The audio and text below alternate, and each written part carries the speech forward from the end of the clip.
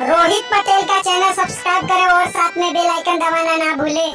Presented by Unique Films. Unique Films.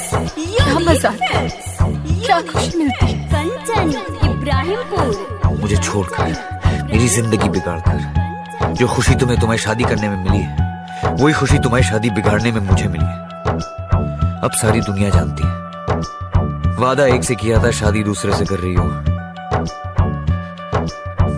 बेवफा सिमरन। माँ films recording studio को साला चौक सीतामढ़ी।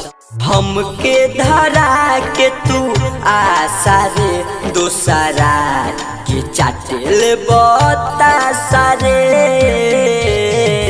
हमके धरा के तू आशा रे दोसरा के चाटेल बता सारे। किरिया तू खइले साथ न निभइले, काल रहे हमर आज दोसरा के भइले। हमके धरा के तू आशा रे दोसरा के चाटेल बता सारे। हमके धरा के तू आशा रे दोसरा के चाटेल बता सारे।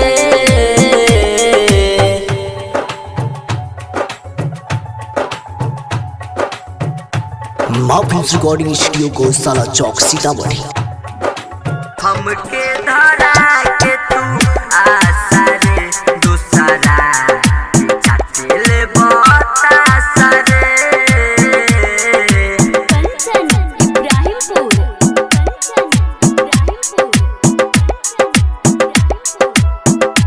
Music by Ravinder Singh. धोखा दिहले तू कैले खेलवार, झूठो के करत रहे हमारा से प्यार। धोखा दिहले तू कैले खेलवार, झूठो करत रहे हमारा से प्यार। कैले न सही कैसे के रही, झूठो के दिहले दिलासा रे।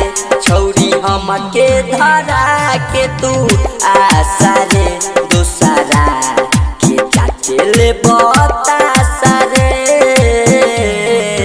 हमके धरा के तू आशा रे दोसरा के चाटेल बता सारे।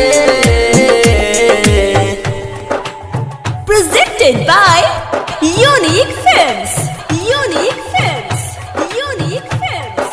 Unique Films. हमके धरा के तू आशा रे दोसरा के चाटेल बता सारे। कंचन इब्राहिमपुर।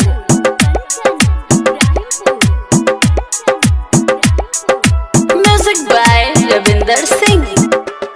विक्रम बेदर्दी गम सह नहीं पाई हो, रोशन भूषण अब रह नहीं पाई हो।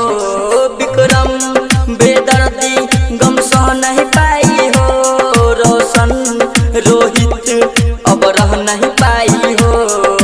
रो तारे छन छन देखो डीजे कन चन, के परदेसी करे ना सारे। हमके धरा के तू आशा रे दोसरा के चाटेल बता सारे।